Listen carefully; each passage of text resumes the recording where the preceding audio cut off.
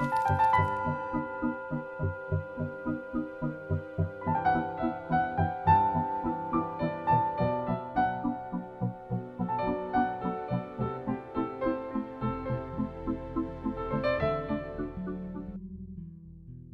name is Michael Erlewine, and I welcome you to Spirit Grooves, an awareness channel, a channel about becoming more aware.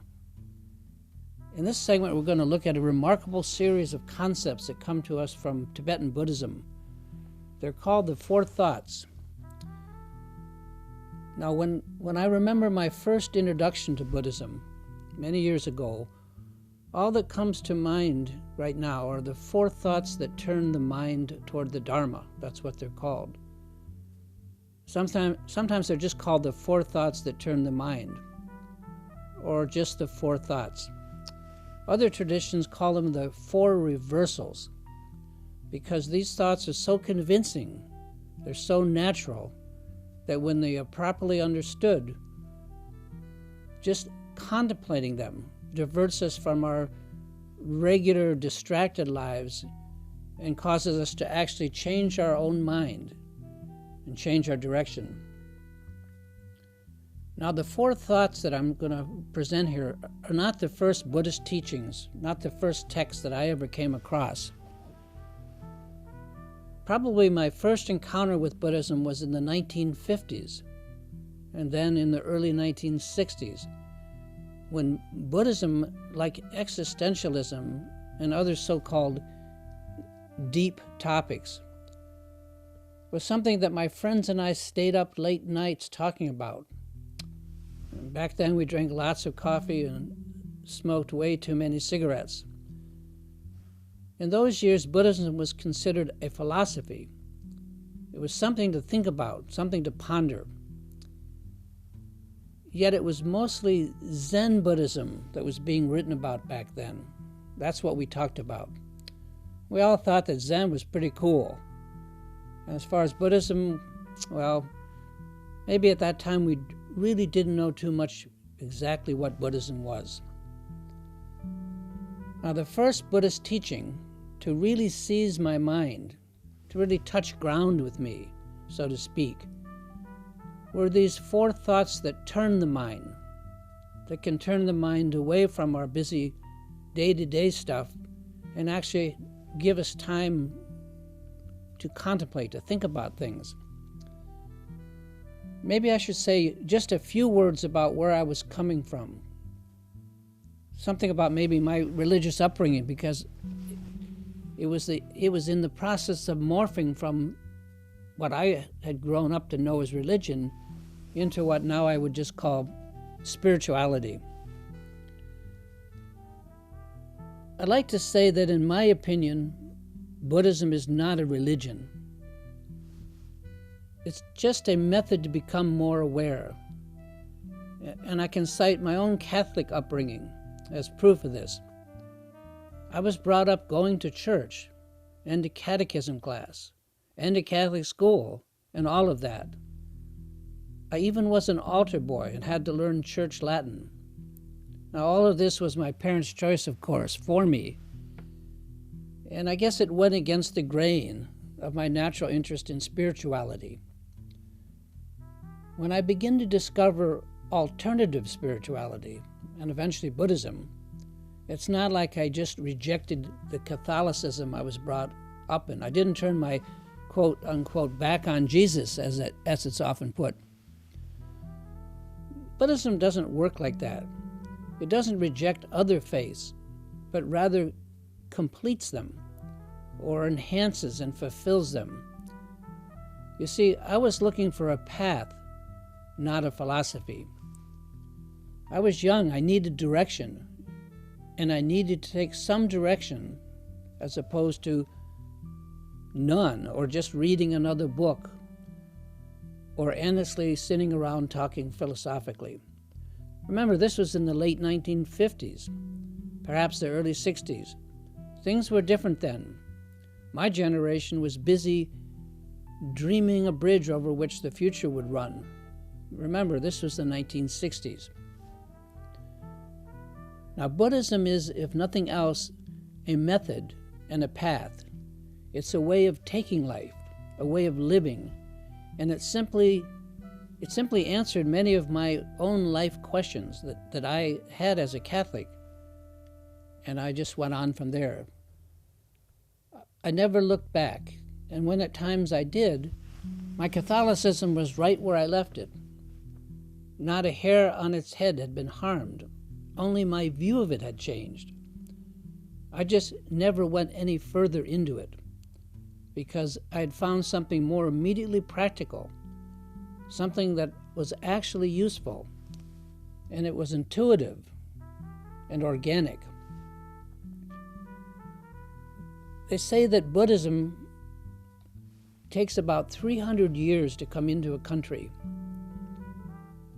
As of 2013, we are maybe 1/3 of the way there here in America.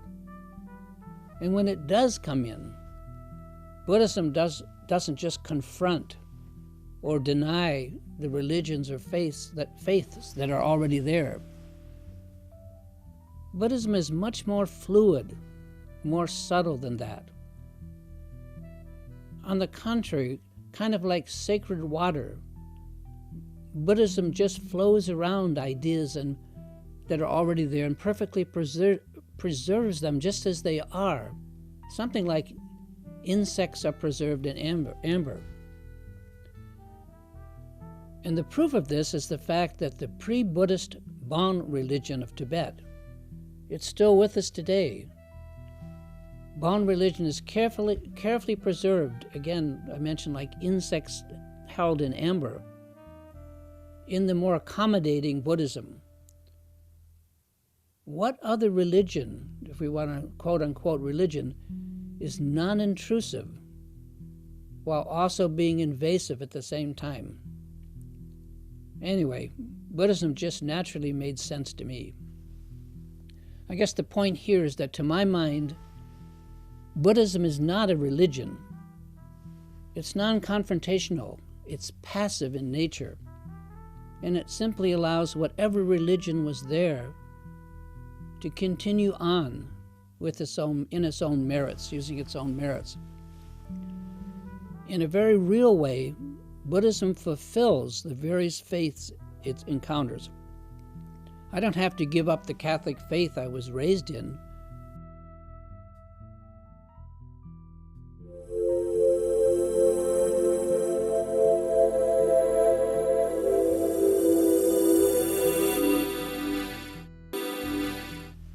In a very real way, Buddhism fulfills the various faiths it encounters. I don't have to give up the Catholic faith I was raised in. I didn't when I began to learn something about Buddhist mind practice. But I did find myself ceasing to identify solely with the tenets of Catholicism. And that was just spontaneously on my part. In fact, it was a great relief for me from the tyranny of priests and nuns, not to mention God. I'm sorry to have to say that in my life, at least at that time, God was mostly a kind of tyrant. Meanwhile, Buddhism was gentle, and it had a lot more to offer me, something that I could actually use on a day-to-day basis.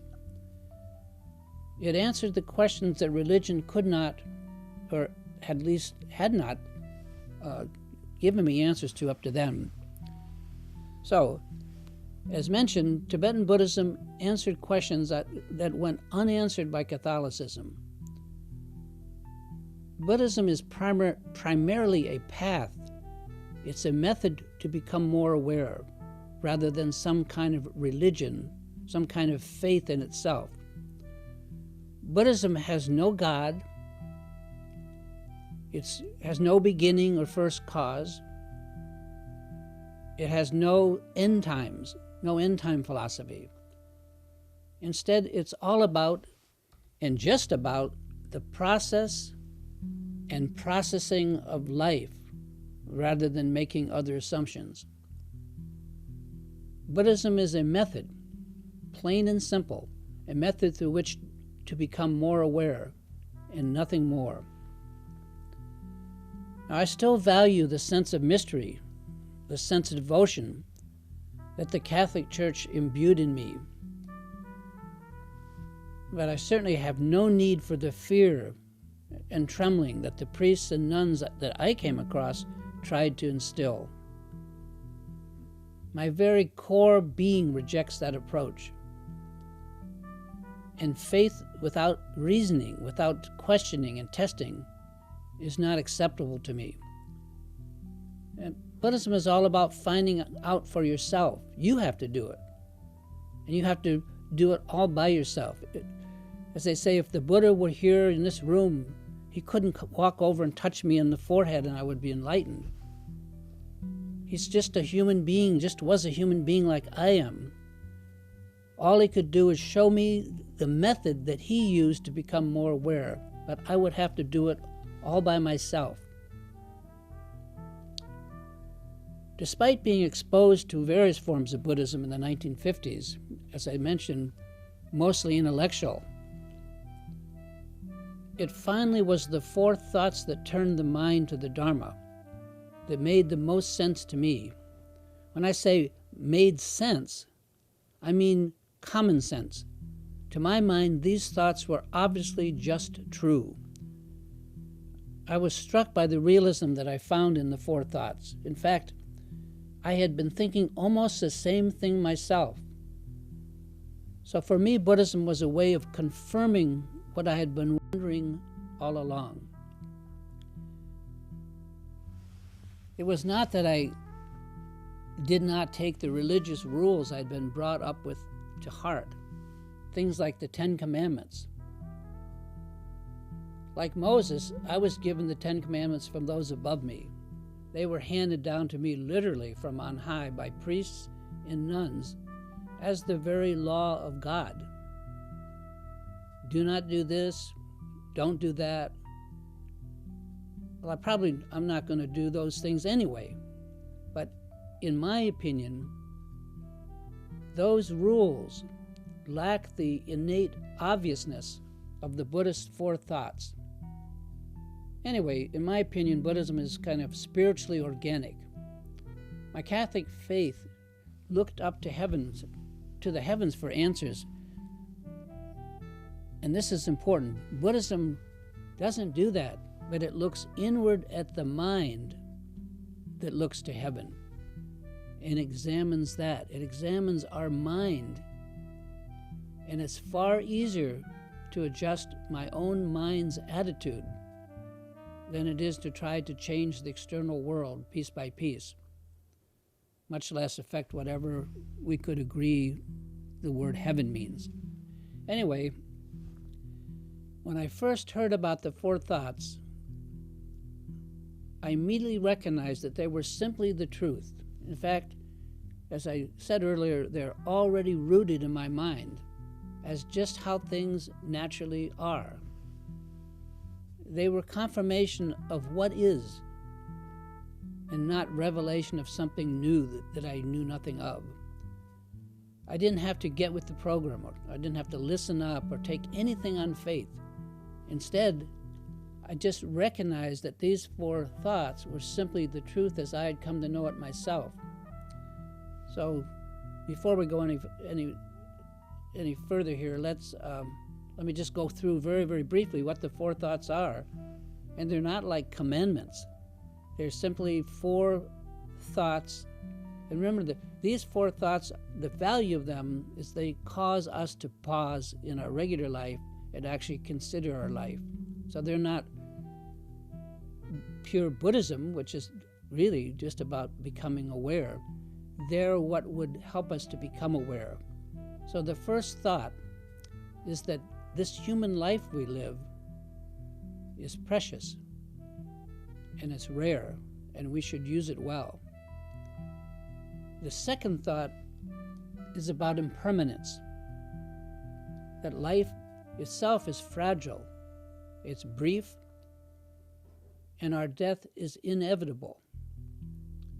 The third thought is called karma. And basically it says that every action or cause, however small, has a direct effect. And the fourth thought that turns the mind is that this up and down world, cyclic world that we live in, what they call samsara, the Buddhists call it, in it we find ourselves,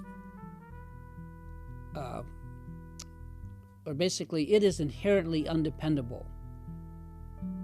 To say it in a different way, we're never going to be able to game the system. We're never going to get all our ducks in a row. So these four thoughts are intended to catch our attention, as I said, to give us pause and to help to turn our mind away from our endless busyness.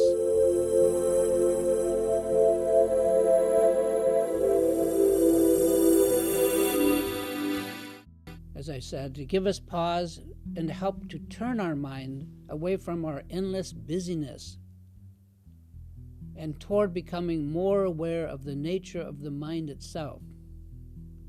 And this is what Dharma is all about, becoming aware of the true nature of our own mind. Now, Buddhists call these four thoughts, the four thoughts that turn the mind, or that can turn the mind, they call them the common preliminaries, because they go before everything else. They're common to us all. When I first heard them, I found myself agreeing, well, here were ideas I didn't have to take on faith. I didn't have to believe in them. They were obviously just the way things naturally are. And it seems I had been waiting for some way to opt out of the rat race, in which I found myself, and wake up to something more. The Dharma was a path. It is a path to just waking up. And much later in my Buddhist practice, I was surprised. After finishing, I practiced for many years. After finishing a great many of the more advanced practices, including a couple of rounds of what is called Nunro, which amounts to kind of a Dharma boot camp, when suddenly I encountered the four thoughts once again. And this was when I began to seriously practice Mahamudra meditation, which is considered to be the tip of the top of meditation techniques as practiced by the Karmakaju Buddhists. That's the lineage that I identify with, and that I feel that I naturally just belong to.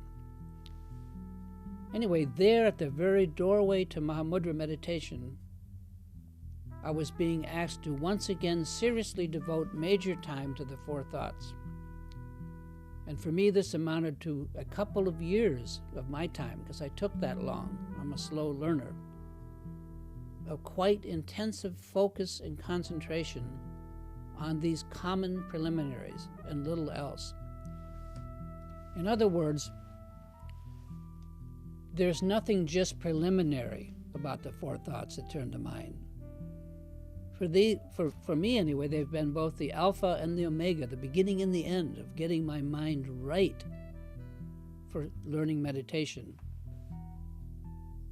So now let's take a look at these four thoughts.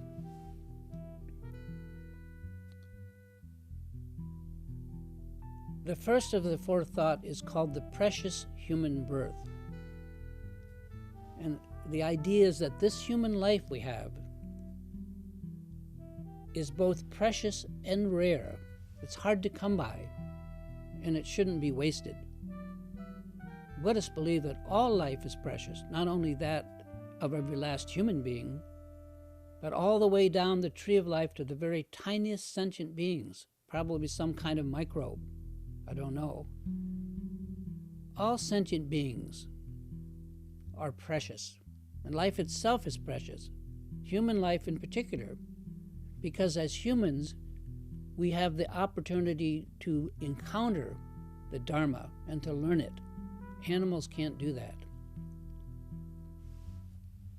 The first of the four thoughts, that life is precious, obviously instantly rang a bell with me the very moment I heard it, because internally I had always felt the same way. I worried about wasting my life, having it amount to nothing. I wanted to be used up in some meaningful way, and I wanted my life to count towards something. My point here is that I became a Buddhist not because of rules and thoughts laid on me from somewhere on high, but rather I discovered that I already was and probably had always been a Buddhist. I just didn't know it. The four thoughts made perfect sense because they had always been on my mind anyway. Ideas like not wasting my life, coming to terms with my eventual death, watching the results of my actions, and always hoping to find ways to wake up from the rat race that I often, or too often, found myself involved in. None of this was news to me. This was my life. The second of the four thoughts is called impermanence. And in the previous section, we briefly discussed the first thought. The first thought that turns the mind toward the Dharma, which is the precious human life. In fact, the translation of what I had been reciting in Tibetan for many years goes something like this. I'll just repeat it to you. This is the first thought. First, this precious human birth, so favorable for the practice of Dharma, is difficult to obtain and easily lost. At this time, I must make it meaningful. That's the actual, what the Tibetan says in translation. Now let's look at the second thought, the thought of impermanence. And it's kind of appropriate that it's the second thought because we all have second thought, just to make a joke, about our own death and impermanence. The Buddhists state that this universe and everything in it is impermanent, and moreover, that the lives of beings, and this is the analogy that they use, are fragile, like bubbles on water. We know that nothing lasts forever. Even the hardest diamond-like substances eventually wear themselves out of time and into essence. Any of us over 30 have at least begun to realize impermanence. And those of us over 60, I'm 72, have probably begun to be humbled by impermanence. And I fully expect to become increasingly more aware of impermanence all the way to the very end. The goal of considering impermanence is not to have us huddle in a corner afraid of our impending death. Rather, it's to realize that all that we have, including our entire self, is ephemeral.